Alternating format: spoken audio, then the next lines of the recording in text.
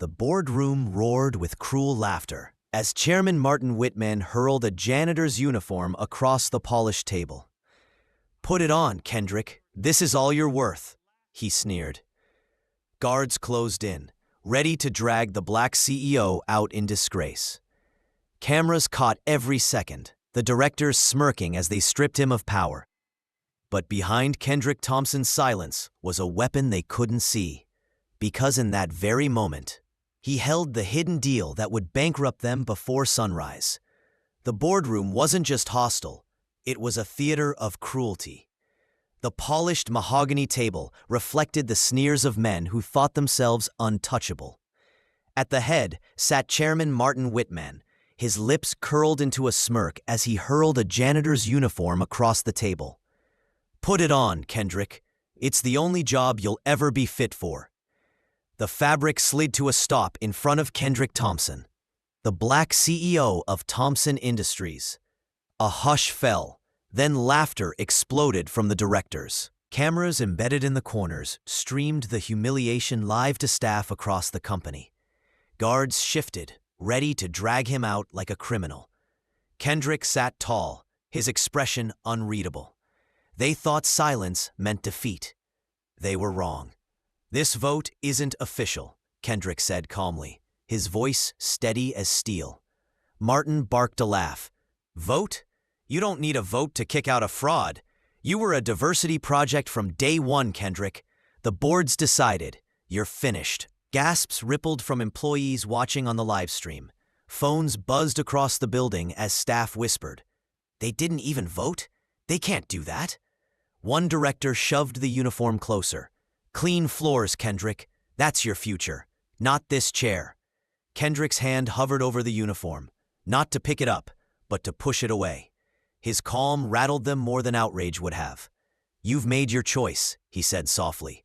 "Now I'll make mine." The board chuckled, mistaking his restraint for surrender. Martin leaned forward. "And what choice do you think you have?" Kendrick tapped his leather portfolio. "Protocol 7. The room stilled. Whispers fluttered. Several directors shifted uncomfortably. Martin waved his hand dismissively.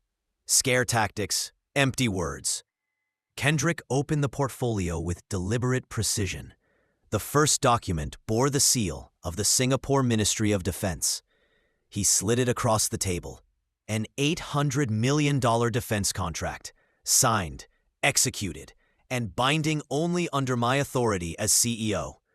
The laughter stopped. Kendrick's voice cut sharper. "Clause 14 grants me controlling stake, 30% ownership, if I am removed without cause or due process.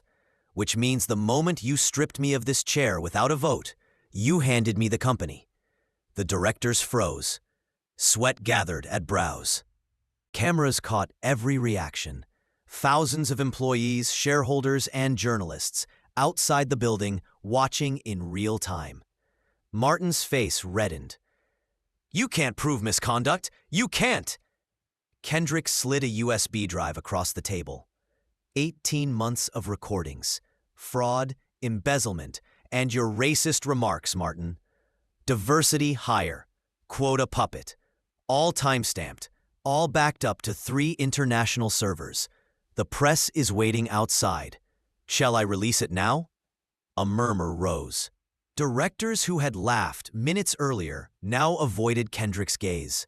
A few clutched at their ties, realizing prison was a more likely future than profit.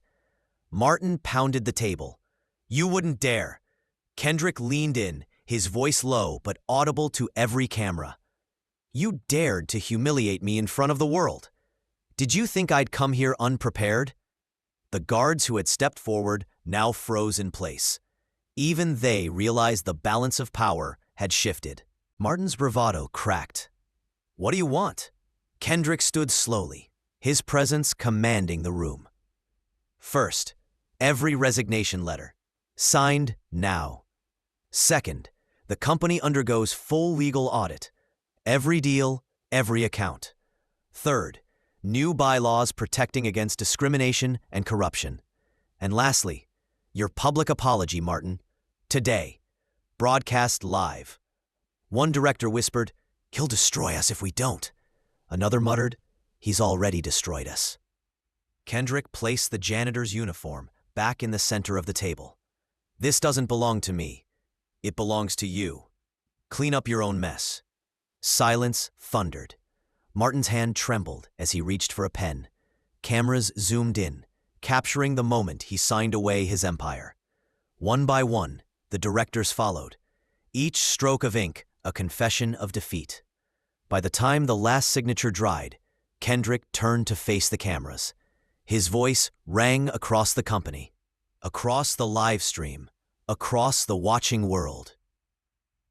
Today you witnessed arrogance exposed, but this is not the end. This is the beginning of a new chapter for Thompson Industries. From this day forward, our motto is simple. Dignity is not negotiable. Not in this company, not in business, not in life. The boardroom door opened and journalists surged forward. Flashbulbs popped. Reporters shouted questions. Kendrick lifted the Singapore contract high. "This deal secures our future, but these signatures," he gestured to the resignation papers, "secure our soul." The footage spread across global networks within hours. Headlines blazed. Black CEO turns coup into collapse. Protocol 7 ends an era of corruption. Stock that had dipped at morning scandal soared by afternoon, bolstered by confidence in Kendrick's leadership. Martin Whitman, once untouchable, now faced criminal investigation. Former directors scrambled for lawyers, their reputations in ruins. The janitor's uniform, photographed and shared worldwide, became a symbol of poetic justice. Months later, universities studied Protocol 7 as a landmark case in corporate law and resilience. Under Kendrick's reforms, Thompson Industries grew stronger, not just in profits, but in principle. Employees worked with renewed pride, knowing the man at the top had faced humiliation and turned it into history. At an international conference, Kendrick closed his keynote with the words etched now into the company's walls. "Power isn't about the chair you sit in. It's about the dignity you refuse to surrender. Remember that, and no one can take it from you." The audience erupted, standing in thunderous applause. The janitor's uniform, once hurled as an insult, now hung framed in the company museum, a reminder of how arrogance lost and dignity won. And Kendrick Thompson, once mocked, once underestimated, stood immortal as the CEO who turned humiliation into a legacy. If this story shook you, like and share it, comment where you're watching from, and subscribe with the notification bell on. Because together, we make arrogance fall and dignity rise.